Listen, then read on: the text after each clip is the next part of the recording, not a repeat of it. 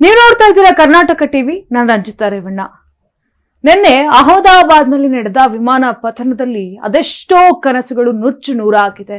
ಅದೆಷ್ಟೋ ಜನರ ಆಸೆಗಳು ಕರಕಲಾಗಿ ಬೂದಿಯಾಗಿರುವಂಥದ್ದು. ಇನ್ನು ಎಷ್ಟೋ ಪ್ರಯಾಣಿಕರು, ಅಲ್ಲಿ ಏನು ಪ್ರಯಾಣಿಕರಿದ್ರು ಅಥವಾ ಸಿಬ್ಬಂದಿಗಳಿದ್ರು, ಆ ಒಂದು ಪ್ರಯಾಣಿಕರಲ್ಲಿ ಸಿಬ್ಬಂದಿಗಳಲ್ಲಿ ಕೆಲವರ ಕಥೆಯನ್ನ ಅಥವಾ ಅವರ ವಿಚಾರಗಳನ್ನ ನಿಮ್ಮ ಮುಂದೆ ಇಡೋ ಪ್ರಯತ್ನವನ್ನ ಮಾಡ್ತಾ ಇದ್ದೀವಿ. ಇನ್ನು ಸಾವಿನ ಮನೆ ಸೇರುವಂತೆ ಮಾಡಿದ ನರ್ಸ್ ರಂಜಿತಾ ಹೊಸಮನೆ ಕನಸು, ಬಡತನದಲ್ಲಿ ಬೆಳೆದ ಮೈಥಿಲಿ ಪ್ರತಿಭೆ ಅರಳುವ ಮುನ್ನವೇ ಬಾಡಿತು. ವಿಮಾನ ದುರಂತದ ಕಣ್ಣೀರು ಕಥೆಗಳು ನಿಜಕ್ಕೂ ಕೂಡ ಕರುಣಾಜನಕವಾಗಿದೆ. ಒಂದೊಂದು ಕಥೆಗಳು ಕೂಡ ಕಣ್ಣೀರನ್ನ ಬರೆಸ್ತಾ ಇದ್ದಾವೆ. ಅಹಮದಾಬಾದ್ ವಿಮಾನ ದುರಂತದಲ್ಲಿ ಅಂತ್ಯ ಕಂಡ ಪ್ರಯಾಣಿಕರಲ್ಲಿ ಸಾಕಷ್ಟು ಕನಸನ್ನ ಹೊತ್ತು ಪ್ರಯಾಣಿಸ್ತಿದ್ದಂತ ಅದೆಷ್ಟೋ ಮುಗ್ಧ ಜೀವಗಳಿದ್ದವು. ಅದೆಷ್ಟೋ ಮುಗ್ಧ ಜೀವಗಳು ಇವತ್ತು ಬಲಿಯಾಗಿರುವಂಥದ್ದು. ಈ ಭೀಕರ ದುರ್ಘಟನೆಯಲ್ಲಿ ಸಾವನ್ನಪ್ಪಿದವರ ಒಂದೊಂದು ಕಥೆಯೂ ಕೂಡ ಕರುಣಾಜನಕವಾಗಿದೆ, ಮನ ಮಿಡಿಯುವಂತೆ ಮಾಡ್ತಾ ಇದೆ. ಒಂದೆಡೆ ಹೊಸದಾಗಿ ಮದುವೆಯಾಗಿ ಮೊದಲ ಬಾರಿಗೆ ಗಂಡನನ್ನ ಭೇಟಿಯಾಗಿ ಅವ್ರ ಜೊತೆ ಸಂತಸದ ಕ್ಷಣಗಳನ್ನ ಕಳಿಬೇಕು, ಅವನ ಜೊತೆ ಸಂಸಾರವನ್ನ ಮಾಡಬೇಕು ಅನ್ಕೊಂಡಿದಂತ ರಾಜಸ್ಥಾನ ಮೂಲದ ಖುಷ್ಬೂ ರಾಜ್ ಕನಸು ವಿಮಾನ ದುರಂತದಲ್ಲಿಯೇ ಬೂದಿಯಾಗಿದೆ. ಇನ್ನೊಂದೆಡೆ ತನ್ನ ಕುಟುಂಬವನ್ನ ಲಂಡನ್ಗೆ ಕರೆದುಕೊಂಡು ಹೋಗಿ ಮಕ್ಕಳಿಗೆ ಒಂದು ಶೈಕ್ಷಣಿಕ ಭವಿಷ್ಯವನ್ನ ಕಟ್ಕೊಡ್ಬೇಕು, ಜೊತೆಗೆ ಮಡದಿಯೊಂದಿಗೆ ಸುಂದರ ಸಂಸಾರವನ್ನ ಸಾಗಿಸುವ ಭರವಸೆಯಿಂದ ಇದೇ ಏರ್ ಇಂಡಿಯಾ ವಿಮಾನ ಹತ್ತಿದಂತ ಪ್ರತೀಕ್ ಜೋಶಿ ಕುಟುಂಬದ ದುರ್ಮರಣದ ಕತೆ ನಿಜಕ್ಕೂ ಕೂಡ ಮನ ಕಲಕತ್ತೆ. ಇನ್ನೊಂದು ಕಡೆ ನಾನೇನೋ ಭವಿಷ್ಯವನ್ನ ರೂಪಿಸ್ಕೊಬೇಕು ಅನ್ಕೊಂಡು ಹೋಗ್ತಾ ಇದ್ದಂಥವ್ರು ನಿನ್ನೆ ಸಾವನ್ನಪ್ಪಿದ್ದಾರೆ. ಇನ್ನು ಏರ್ ಇಂಡಿಯಾ ವಿಮಾನದಲ್ಲಿ ಗಗನಸಖಿಯ ದುರಂತ ಅಂತ್ಯ ಆಗಿರುವಂಥದ್ದು ನಿಜಕ್ಕೂ ಕೂಡ ಮನ ಕಲಕುವಂತಿದೆ. ಚಿಕ್ಕ ವಯಸ್ಸಿನಲ್ಲಿಯೇ ಸಾವನ್ನಪ್ಪಿದ್ದಾರೆ. ಇನ್ನು ಈಗೆಯೇ ಬದುಕು ಕನಸು ಎನ್ನುವ ವಿಮಾನವೇರಿದವರ ಕುರಿತು ಕರುಳು ಕಿತ್ತು ಬರುವಂತ ಕಣ್ಣೀರ ಕಥೆಗಳು ಒಂದೊಂದಾಗಿ ಬಯಲಾಗ್ತಾ ಇದೆ.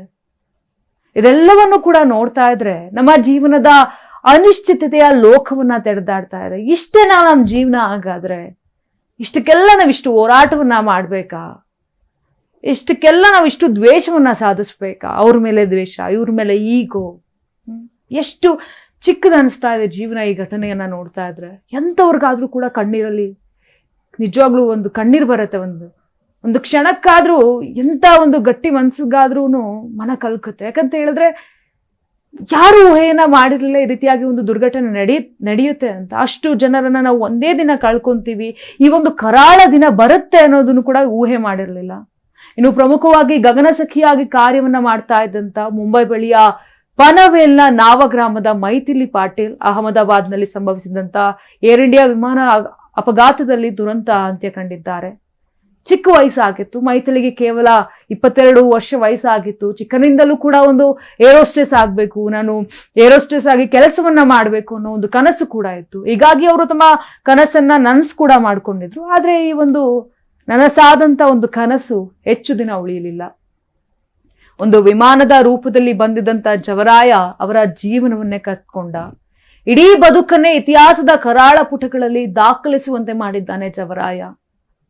ಅಷ್ಟು ಜನರ ಕನಸನ್ನ, ಅಷ್ಟು ಜನರ ಜೀವನವನ್ನ ಒಮ್ಮೆಲೆ ಬಂದು ಅಳಿಸ್ಬಿಟ್ಟಿದ್ದಾನೆ. ಇನ್ನು ಬಡತನದಲ್ಲಿ ಬೆಳೆದ ಪ್ರತಿಭೆ ಅರಳುವ ಮುನ್ನವೇ ಬಾಡಿತು. ಇನ್ನು ಬುಧವಾರ ಮಧ್ಯಾಹ್ನವಷ್ಟೇ ಸ್ವಗ್ರಾಮದಿಂದ ತಮ್ಮ ಕೆಲಸಕ್ಕೆ ಮರಳ್ತಾ ಇದ್ದಂತ ಮೈಥಿಲಿ ಖುಷಿಯಾಗಿ ಏರ್ ಇಂಡಿಯಾ ವಿಮಾನವನ್ನ ಹತ್ತಿದ್ರು, ಅದೇ ಹುಮ್ಮಸ್ಸಿನಿಂದ. ಆದ್ರೆ ಆ ಸಂತಸ ಬಹಳಷ್ಟು ಬಾಳಿ ಇರ್ಲಿಲ್ಲ. ವಿಮಾನ ಟೇಕ್ ಆಫ್ ಆದ ಕೆಲವೇ ಕ್ಷಣಗಳಲ್ಲಿಯೇ ಜವರಾಯ ಕಿತ್ಕೊಂಡು ಹೋಗಿದ್ದಾನೆ. ಇನ್ನು ತೀವ್ರ ಕಡು ಬಡತನದ ಕುಟುಂಬದಿಂದ ಬಂದಿದಂತ ಈ ಮೈಥಿಲಿಗೆ 2 ಸಹೋದರಿಯರಿದ್ರು, ಒಬ್ಬ ಸಹೋದರನಿದ್ದ. ಕುಟುಂಬದಲ್ಲಿ ಒಂದು ರೀತಿ ಹಿರಿಯ ಮಗಳಾಗಿದ್ರು ಮೈಥಿಲಿ. ಇನ್ನು ಮೈಥಿಲಿ ಪನವೇಲ್ ತಾಲೂಕಿನ ನಾವ ಗ್ರಾಮದ TS ರೆಹಮಾನ್ ಶಾಲೆಯಲ್ಲಿ 12ನೇ ತರಗತಿಯವರೆಗೆ ವ್ಯಾಸಂಗ ಮಾಡ್ತಾ ಇದ್ರು.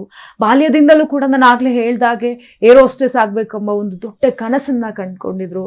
ಕನಸಷ್ಟೇ ಅಲ್ಲದೆ ಅದಕ್ಕೆ ಎಷ್ಟು ಶ್ರಮ ಪಟ್ಟಿರ್ಬೇಕು ಪಾಪ. 22 ವರ್ಷಕ್ಕೇನೆ ಹೋಗಿ ಏರೋಸ್ಟೇಸ್ ಆಗ್ಬೇಕು ಅನ್ನೋಂಥದ್ದು ನಾಟ್ ಆನ್ ಈಸಿ ಮ್ಯಾಟರ್. ಎಷ್ಟು ಪರಿಶ್ರಮ ಇರಬೇಕು, ಎಷ್ಟು ಹಾರ್ಡ್ ವರ್ಕ್ ಮಾಡಿರ್ಬೇಕು. ಬಟ್ ಆದ್ರೆ ಅದೆಲ್ಲವೂ ಕೂಡ ಒಂದು ಕ್ಷಣಕ್ಕೆ ಬೂದಿ ಆಗೋಗಿದೆ. ಆದ್ರೆ ಅವರ ಕುಟುಂಬದ ಆರ್ಥಿಕ ಪರಿಸ್ಥಿತಿ ಅಷ್ಟೊಂದು ಸರಿಯಾಗಿರ್ಲಿಲ್ಲ. ಆದ್ರೆ ಬಡತನದ ಮಧ್ಯೆಯೂ ಕೂಡ ಛಲ ಬಿಡದಂತ ಮೈಥಿಲಿ ಒಳ್ಳೆಯ ಶಿಕ್ಷಣವನ್ನ ಪಡ್ಕೊಳ್ತಾರೆ. 2 ವರ್ಷಗಳ ಹಿಂದೆಯೇ ವಿಮಾನಯಾನ ಶಿಕ್ಷಣವನ್ನ ಪೂರ್ಣಗೊಳಿಸ್ತಾರೆ. ಇನ್ನು ಏರ್ ಇಂಡಿಯಾದಲ್ಲಿ ಗಗನಸಖಿಯಾಗಿ ಕೆಲಸವಕ್ಕೆ ಸೇರ್ಕೊಳ್ತಾರೆ. ಹಠ ಛಲ ಗೆದ್ದು ಬಡತನದಲ್ಲಿ ಅರಳಿದಂತ ಪ್ರತಿಭೆ ಜೀವನದಲ್ಲಿ ಅರಳುವ ಮುನ್ನವೇ ಬಾಡಿದ್ದು ಮಾತ್ರ ನಿಜಕ್ಕೂ ಕೂಡ ವಿಪರ್ಯಾಸವೇ ಸರಿ. ನಮ್ಮ ಹತ್ರ ಎಲ್ಲ ಇದ್ದು ಕೂಡ ಕಂಪ್ಲೇಂಟ್ ಮಾಡ್ತೀವಿ, ಅದಿಲ್ಲ ಇದಿಲ್ಲ, ನಮ್ಮಪ್ಪ ಅದನ್ನ ಕೊಡ್ಸಲ್ಲ, ನಮ್ಮಮ್ಮ ಇದನ್ನ ಕೊಡ್ಸಲ್ಲ. ಬಟ್ ಆದ್ರೆ ಕಡು ಬಡತನದಲ್ಲಿ ಬೆಳೆದಂತ ಈ ಮೈಥಿಲಿ ಏರೋಸ್ಟೇಸ್ ಆಗ್ಬೇಕು ಅನ್ನೋ ಕನಸನ್ನ ಕಟ್ಕೊಂಡಿರ್ತಾಳೆ. ಆ ಬಡತನದಲ್ಲೇ ಬಂದು ಕನಸನ್ನ ನನಸು ಮಾಡ್ಕೊಂಡಿರ್ತಾಳೆ. ಬಟ್ ಆದ್ರೆ ವಿಧಿಗೂ ಕೂಡ ಇನ್ನೂ ಹೆಚ್ಚು ದಿನ ಇರುವಂಥದ್ದು ಇಷ್ಟ ಇರಲಿಲ್ಲ ಅನ್ಸುತ್ತೆ. ವಿಮಾನದ ರೂಪದಲ್ಲಿ ತನ್ನ ಜವರಾಯನನ್ನ ಕಳಿಸಿ ಆ ಒಂದು ಜೀವವನ್ನ ಇವಾಗ ಕಿತ್ಕೊಂಡಿರುವಂಥದ್ದು. ಇನ್ನು ವಿಮಾನ ಹತ್ತಿದ ಕೆಲವೇ ಕ್ಷಣಗಳಲ್ಲಿ ಇಡೀ ಜೀವನವೇ ಸುಟ್ಟು ಭಸ್ಮ ಆಗಿದೆ. ಇನ್ನು ಈ ಮೈಥಿಲಿಯಂತೆಯೇ ಏನಾದ್ರೂ ಸಾಧನೆ ಮಾಡೋ ಕನಸು ಹೊತ್ತು ಅದೆಷ್ಟೋ ಜನರು ಅವುಗಳ ಬೆನ್ನತ್ತಿ ಸಾಕ್ತಾ ಇದ್ರು. ಆದ್ರೆ ಅವರ ಗುರಿಯಲ್ಲಿ ಭಿನ್ನತೆ ಇರಬಹುದು, ಪ್ರಯಾಣ ಮಾತ್ರ ಇದೇ ವಿಮಾನದಾಗಿತ್ತು ಅನ್ನೋದು ನಿಜಕ್ಕೂ ಕೂಡ ರೋಚಕವಾಗಿದೆ. ಇನ್ನು ಇದೇ ವಿಮಾನ ದುರಂತದಲ್ಲಿ ಕೊನೆಯುಸಿರೆಳೆದಿರುವಂತಹ ಕೇರಳ ಮೂಲದ ಇನ್ನೋರ್ವ ಯುವತಿ ನರ್ಸ್ ರಂಜಿತಾ.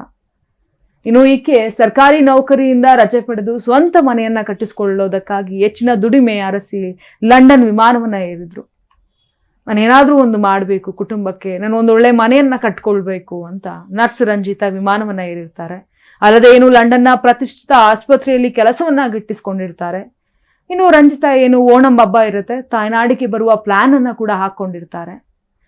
ಏನೋ ಒಂದು ಭವಿಷ್ಯವನ್ನ ಕಟ್ಕೊಳ್ಬೇಕು ಅಂತ ಫ್ಲೈಟ್ ಹತ್ತಿದಂತ ರಂಜಿತಾ ಇವತ್ತು ಸುಟ್ಟು ಭಸ್ಮವಾಗಿರುವಂಥದ್ದು ನಿಜಕ್ಕೂ ಕೂಡ ಮನ ಕಲ್ಕತ್ತೆ. ಈ ವಿಚಾರಗಳನ್ನೆಲ್ಲ ಮಾತನಾಡ್ಲಿಕ್ಕೇನೆ ಅಷ್ಟು ಕಷ್ಟ ಆಗುತ್ತೆ ಅಂತ ಹೇಳಿದ್ರೆ ಆ ಕುಟುಂಬದವರು ಇನ್ನೆಷ್ಟು ನೋವನ್ನ ಅನುಭವಿಸ್ತಿರ್ಬೇಕು.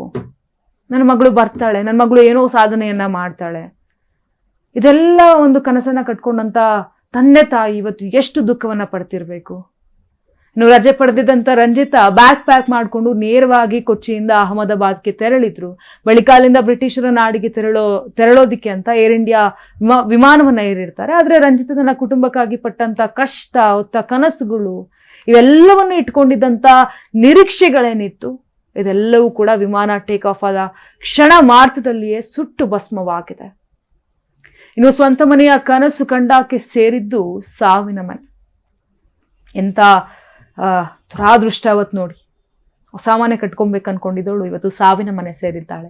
ಈಗಾಗಲೇ ತಮ್ಮ ದುಡಿಮೆಯಿಂದ ಅವರ ನೂತನ ಮನೆಯ ನಿರ್ಮಾಣ ಕಾರ್ಯ ಮುಕ್ಕಾಲು ಭಾಗದಷ್ಟಾಗಿತ್ತು.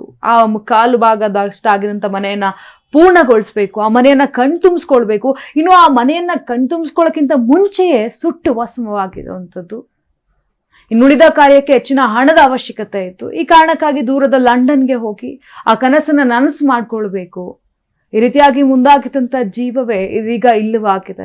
ಇನ್ನು ಮೃತ ನರ್ಸ್ ರಂಜಿತಾರಿಗೆ 10ನೇ ತರಗತಿ ಹಾಗೂ 7ನೇ ತರಗತಿಯಲ್ಲಿ ಓದುತ್ತಿರುವ 2 ಮಕ್ಕಳಿದ್ದಾರೆ. ಈಗ ಲಂಡನ್ಗೆ ಹೋಗಿ ಓಣಂಗೆ ಅಮ್ಮ ವಾಪಸ್ ಬರ್ತಾಳೆ ಎಂಬ ನಿರೀಕ್ಷೆಯಲ್ಲಿದ್ದಂತ ಮುಕ್ತ ಮಕ್ಕಳಿಗೆ ಅಮ್ಮನ ಬಗ್ಗೆ ಕೇಳಿದ್ರೆ ಏನ್ ಹೇಳೋದು ಅಂತ ರಂಜಿತಾ ತಾಯಿಗ ಕಣ್ಣೀರಲ್ಲಿ ಕೈ ತೊಳಿತಾ ಇದ್ದಾರೆ. ಕೇಳ್ತಾ ಇದ್ದಾರೆ ಮಕ್ಕಳು, ಎಲ್ಲಿ ನನ್ನ ಅಮ್ಮ ಬರ್ತಾಳೆ ಓಣಂಗೆ ಅಂತ ಹೇಳಿದ್ಯಲ್ಲ, ಎಲ್ಲಿ ಬರ್ತಾ ಇಲ್ವಲ್ಲ.